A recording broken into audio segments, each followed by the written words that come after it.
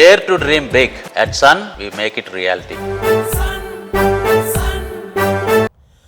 నా దగ్గరున్నది ఇది అని మురిసిపోకు మిత్రమా. చూడగా చూడగా ఈ అనంత విశ్వంలో ఈ భూగోళమే ఓ చిన్న ఇసుక రేణువంత. అందులో నువ్వెంత, నీకు ఉన్నదెంత? ఏమిటండి మీరు ఇంత దూరం వచ్చాక చెప్పనంటే ఎలా? తప్పు చేసిన కలుపు ముక్కల్ని ఏరి పారేయాల్సిందంతే.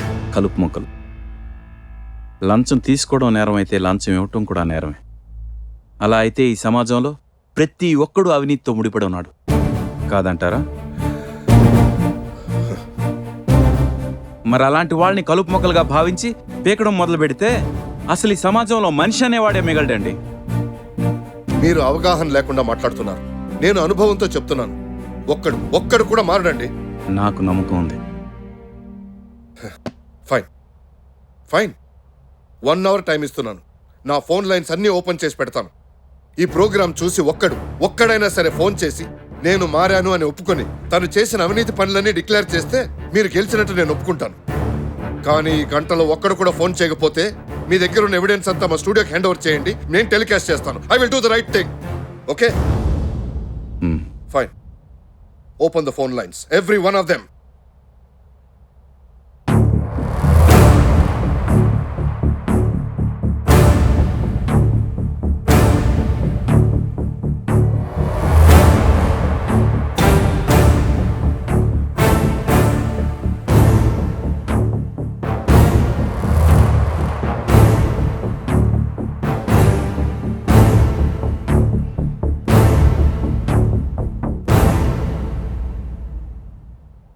సార్ మనకు కాల్ వచ్చింది. అవునా? కనెక్ట్ చేయి. నేను సైతం ప్రపంచాగ్నికి సమిధనొక్కటి ఆహుతిస్తాను. నేను సైతం భువన ఘోషకు వెర్రి గొంతుక నిచ్చి మ్రోస్తాను. గణి, నేను మారి 10 మందికే ఉపయోగపడాలనుకున్నాను రా. కానీ నువ్వు 10 మందికి ఉపయోగపడే వాళ్ళని ఎంతో మందిని తయారు చేయాలనుకున్నావు. గ్రేట్ రా. నీ ఆలోచనకి హ్యాట్స్ ఆఫ్. నువ్వు మొదలుపెట్టిన మహాయజ్ఞంలో మొదటి సమిధను నేనవుతాను. నీ గుండెల్లో ఉన్న ఆవేశాన్ని, ఆశయాన్ని ప్రపంచానికి చాటి చెప్పే మొదటి గొంతుక నేనవుతాను. అందుకే అందరికీ తెలిసేలా చెప్తున్నా, నేను అక్రమంగా సంపాదించిన డబ్బు 100 కోట్లలో ప్రజలకు ఖర్చు పెట్టింది 3.5 కోట్లు. మిగిలిన 96.5 కోట్లు ఈ టీవీ ప్రోగ్రాం ద్వారా ధైర్యంగా బయట పెడుతున్నాను. ఈ ప్రోగ్రాం చూస్తున్న స్నేహితులందరికీ ఒకటే చెబుతున్నా, మనం 1,00,000 రూపాయలు ఖర్చు పెట్టి మంచం కొనొచ్చు, కానీ నిద్రను కొనుక్కోలేం. కోట్లు ఖర్చు పెట్టి బంగ్లా, కార్లు కొనుక్కోవచ్చు, కానీ ప్రశాంతతను కొనలేం. ప్రశాంతత మనశ్శాంతితో వస్తుంది. ఆ మనశ్శాంతి మనం చేసిన తప్పులు ఒప్పుకున్నప్పుడే వస్తుంది. మై డియర్ ఫ్రెండ్స్, మీ దగ్గర లక్షల కొద్ది ఎకరాలు ఉండొచ్చు, 100 కోట్ల డబ్బు ఉండొచ్చు, టన్నుల కొద్ది బంగారం ఉండొచ్చు.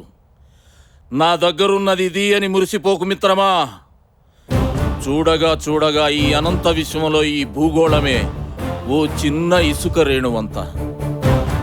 అందులో నువ్వెంత, నీకు ఉన్నదెంత?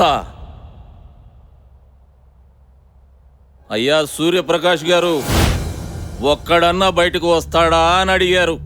మీ లెక్క తప్పు సార్. ఒక్కడు కాదు, ఉప్పెనై వస్తారు. అవినీతి పొరల కింద సమాధైన మనిషి ఆత్మసాక్షి తన ఉనికిని నిరూపించుకోవడానికి మార్పనే ఊపిరి పోసుకొని ఉప్పెనై బయటకి బద్దలు కొట్టుకొని వస్తుంది. మంచికి ఓడిపోవడం చేత కాదు. నువ్వు గెలుస్తున్నావు, నువ్వు గెలుస్తావు. అమ్మయ్యా, ఏమండి మన పేర్లు ఇంకా బయటికి రావు. ఎందుకు కొట్టారు? ఇంకా చెప్పాలా?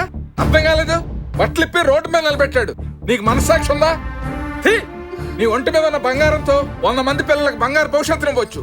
నువ్వు దాచుకున్న డబ్బుతో 1000 మంది పిల్లలకు గుండె జబ్బు నయం చేయొచ్చు. కొడతారా? కొట్టడం అంటే చంపుతా. నా వీక్నెస్ తో గేమ్లు ఆడుకుంటావా?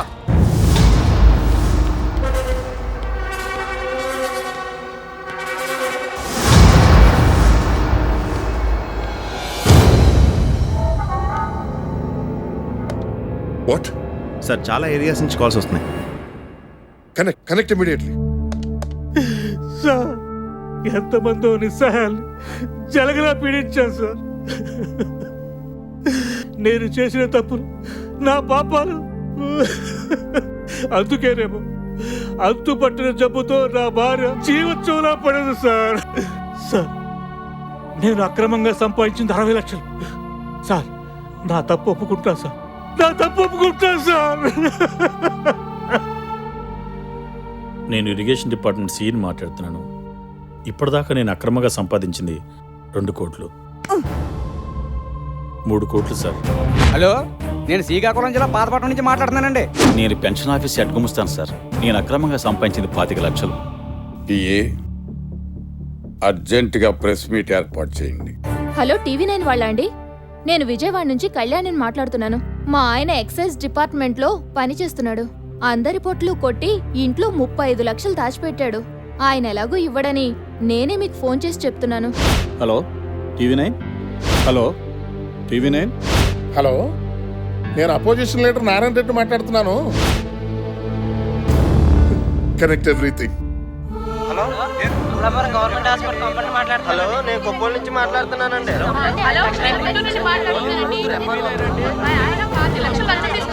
సంపాదించిన బ్లాక్ మనీ బయట అంత పెద్ద పెద్ద దొంగనాయాలను వదిలేసి ఏదో చిన్న చిన్న జేబులు కొట్టుకుని బతికే నన్నెందుకు లోనేశారు సార్? సార్ ప్లీజ్ వదిలేయండి సార్. సార్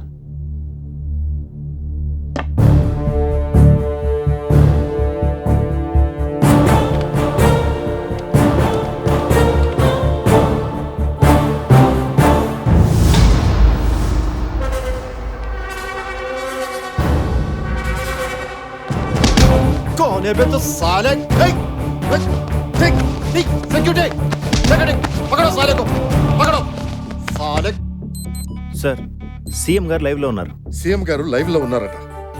ఒక పక్క రాష్ట్రం ఎంతో ఉత్కంఠంగా ఉన్న సమయంలో మీతో ఒక ముఖ్యమైన విషయం మాట్లాడటానికి అత్యవసరంగా మీ ముందుకొచ్చాను. ప్రధానమంత్రితో చర్చించాక ఒక చారిత్రాత్మకమైనటువంటి నిర్ణయం తీసుకోవటం జరిగింది.